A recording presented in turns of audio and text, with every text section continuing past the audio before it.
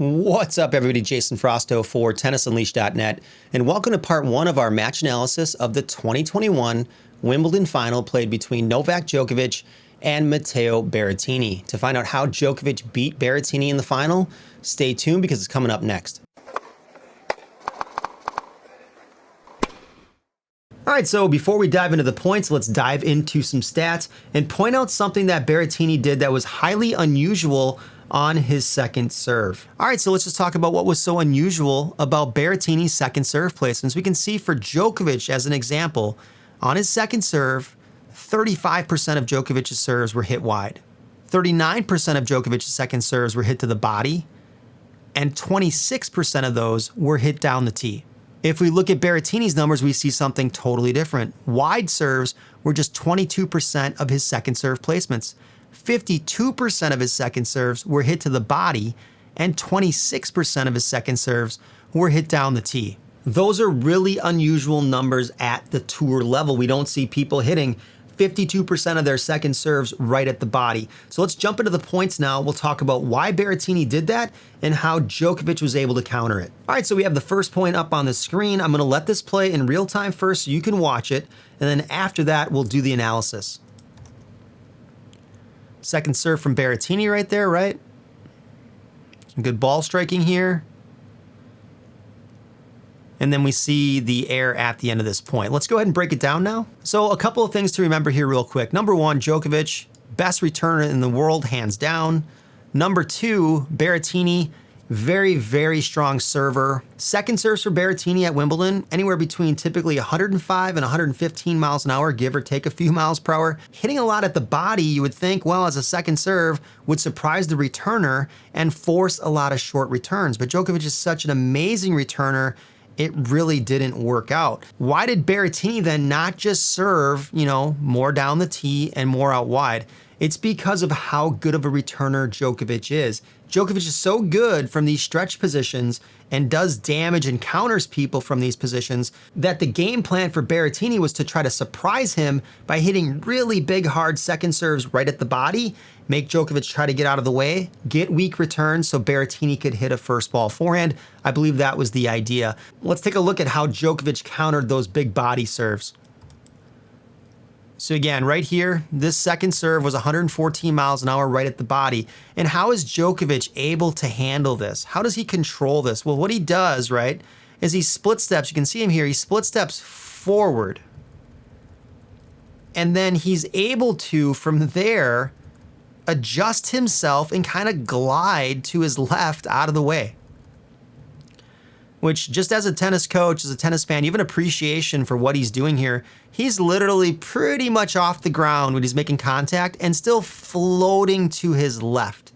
It's extremely difficult to get out of the way of a 114 mile an hour serve and still get your return in play. And let's see what he actually does with it, right? So he just happens to glide out of the way of a body serve at 114, hit it deep in zone 3, which is almost impossible for anybody to do except for him. So he goes from a potential defensive situation to instant offense and puts Berrettini right away on his back foot right here to Berrettini's weaker side. So he's finding Berrettini's backhand because he does want to avoid that forehand as much as possible. So Berrettini here, let's see what he does. He's got a weaker backhand, but he finds depth here in zone 3, so he does a very good job with his backhand. But Djokovic here has already found his backhand and tested him a little bit, kind of probed it. And now Djokovic comes over and hits a laser right down the line. So he says, you know what, Berrettini, your reward for hitting a quality backhand here is I'm going to take that and take a risk, and I'm going to make you run right away off your great shot. I'm going to try to discourage you from hitting that backhand deep. I'm going to make you feel like you have to do more. I'm going to apply that mental pressure. So rips the laser into a small target, and Berrettini here is now hitting a slice. He's on defense and on the run, so Djokovic is really turning the situation around, forces the short ball into zone 1, and Djokovic, he's just so good from every position. He knows exactly what the right play, it seems like, is every time. So he can't hit a powerful shot from this position. So he knows his options are either to hit it short, hit an angle, or hit it deep. What's probably the safest play here? To just hit it deep, and he does that, right? He finds zone 3, and then he's applying pressure to the opponent to try to make a pass, or it's hopefully an easy volley for Djokovic, right? And then we can see Berrettini sprays that pass wide. But it all started in the very beginning. Djokovic avoiding this 114-mile-an-hour body serve, sidestepping and gliding around it, and then still finding a way to somehow hit that deep in zone 3, which is almost impossible for anybody to do. That applies pressure throughout the point, and then when you think you've flipped it on him and you've gained the advantage, he takes another shot at you and does something crazy that makes you think you've just got no chance in these points. Let's move on to the second point now. All right, so we've got Berrettini serving on the far side here and Djokovic returning on the near side again, but this time from the ad side. Let's let it play once in real time so you can get a look at this.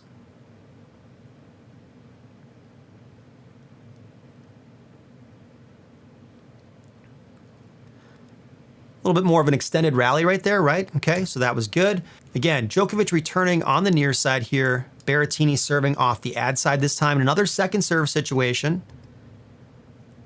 Berrettini hits a pretty good body serve. This one was at 105 miles an hour, so not as fast as the first one, but those are big second serves. And what does Djokovic do? Let's go back for a second. So again, Djokovic, look at him. He actually, if we go back to the beginning, he split steps here and splits to his right. So Djokovic tends to guess a lot on his return of serves. He'll pick a direction based on your ball toss or what he thinks is going to happen, and then he'll adjust his movement and position after the ball is coming to him, which is pretty insane. So he splits to his right, and he actually goes the wrong way here, realizes that it's coming into him, and again, he floats to his left and has no power from this position, but finds a way to hit the ball deep in zone 3 to the guy's weaker side, Berrettini's backhand again. It's incredible. So again, watch this. Splits to the right on accident, wrong side. Makes up for it by gliding and getting his body out of the way. He's actually fully in the air when he's hitting this. And he realizes, and anybody would tell you this, that's a boxer or anybody that's involved in leverage type sports. But in this situation, Djokovic's body weight is floating to his left, but he's trying to hit to his right. So that means you will not have any power from this position. He knows this and he's able to take this, and instead of hitting it hard, he'll just take it and he guides it deep with his hands and gets it to the weaker side. Nobody else is out there doing this, maybe Nadal, but he does this so well and neutralizes Berrettini's big weapon with that serve by doing stuff that other people just can't do. Berrettini's not used to seeing this. He didn't face this the entire tournament, and suddenly someone is just taking his serve and completely neutralizing it. So Berrettini there, you can see right away, just because the return is deep, right? Berrettini is in a defensive position off his back foot, bending down. So Djokovic has the advantage, has done damage off that return of serve. And Berrettini here ends up hitting short, right? In zone 2, short ball. This means Djokovic, if he wants, he's got the opportunity to go down the line aggressive or back to that backhand to isolate it. Let's see what he does. He decides he's going to isolate that backhand and work him over. Didn't even hit this ball deep, right? It landed in zone 2 on this inside-out forehand, but this time, instead of hitting deep and more into here, he's hitting wider and stretching Berrettini out into the alley to try to produce a short ball from Berrettini, trying to force him by doing damage here. Berrettini hits a little bit short right there in zone 2 again. Djokovic very comfortable on the backhand, so it looks like Djokovic is going cross based on his contact point. He could go down the line, but it looks like it's going cross based on that. And he just decides, I'm just going to stay with you here, Berrettini, backhand to backhand, and see if you have a good enough backhand to get out of this situation. Slices it, and then makes the error. But it all starts with that impossible return of serve where he's literally getting out of the way of a 105-mile-an-hour body serve. He's floating in the air at contact, and then somehow guiding this into zone 3 to do damage to his opponent in a situation where the opponent's just not used to that happening. Besides the serve as a weapon, we know Berrettini has a massive forehand, right? That thing's absolutely huge. He was averaging somewhere around 90 miles per hour per forehand at some point in this match, which is just a massive forehand. He also has a ton of spin on it. So let's look at some points now and see how Djokovic neutralized that big forehand and took it out of play. So we have the first point here. We're going to let this play real quick and then we'll analyze it after.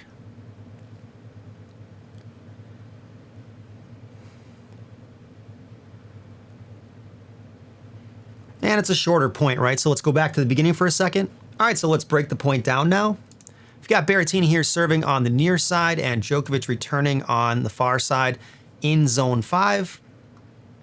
Big first serve. Huge first serve. And you can see Djokovic here. This is something he does that I've talked about before, but on returns, Djokovic will regularly guess where he thinks the return is going. So right here, watch him.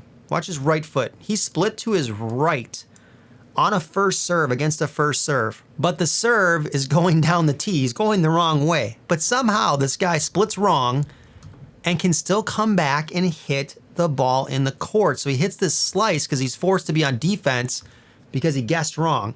But somehow guessing wrong and going this way and coming back on a huge first serve, he's still able to find zone 3 depth. So he's finding a way to neutralize Berrettini even when he made a mental mistake, a tactical mistake with his guess. He still makes up for it, which is incredible. Nobody can do that. It's rare. Even though Berrettini's hitting a forehand, he's having to hit it off of his back foot from a very defensive position, off of a deep ball.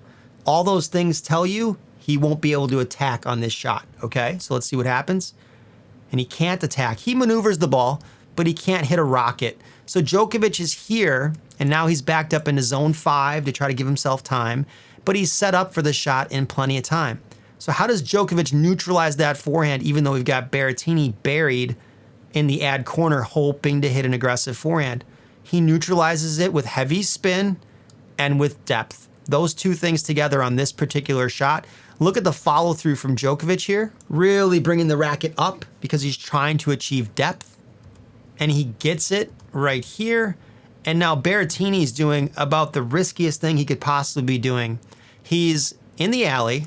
He's taking a ball at just below knee height, give or take, extremely risky. And he's trying to be aggressive. These are 3 no-nos. If you put them together, you're probably going to miss or you're going to hit something really weak or short. And he ends up making that error long. But again, how do you neutralize somebody's forehand when it's as big as Berrettini's? Combination of depth and heavy spin. All right, so let's move on to the next point now. Let's let this play in real time again here real quick before we break it down. Ad side serve from Berrettini. Nice little rally here.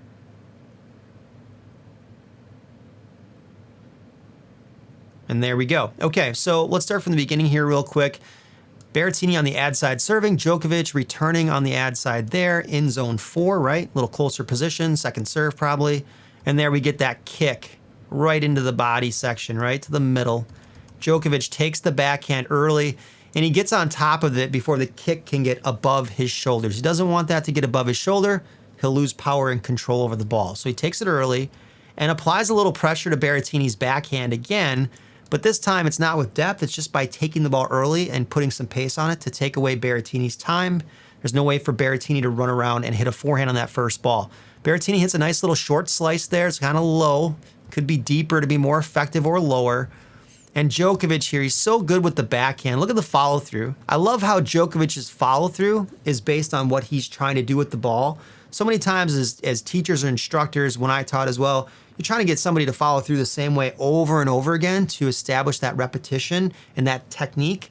But you see Djokovic uses different follow-throughs based on what he's trying to do with the shot. He's not thinking about it. He's just doing it. So here we get the heavy, spinny backhand right here. And it's deep in zone 3. He's got Berrettini coming from the baseline and backing away, hitting off of his back foot with a poor contact point, right? So heavy deep to the forehand. Berrettini decides he's going to go behind Djokovic, so he does that, right? Takes the forehand and takes it down the line and goes behind Djokovic and actually does wrong foot him a little bit here. Djokovic guesses this way. But Djokovic is on defense, Look at Djokovic's positioning here. Open stance, semi-open stance, on defense technically by his body position. Berrettini expecting cross, and what does Djokovic do? Laser down the line. And how do we know it's a laser, right? This one's definitely flatter, all right?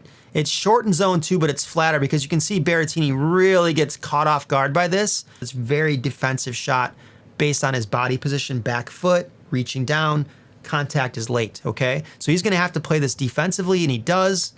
But as soon as Berrettini plays this defensively and it sits up, Djokovic is moving forward with his body. He knows what's happening. He earned the ball, he damaged him, earned the short ball, attacks and finishes, right? So how did he neutralize the forehand here? Let's go back for a second.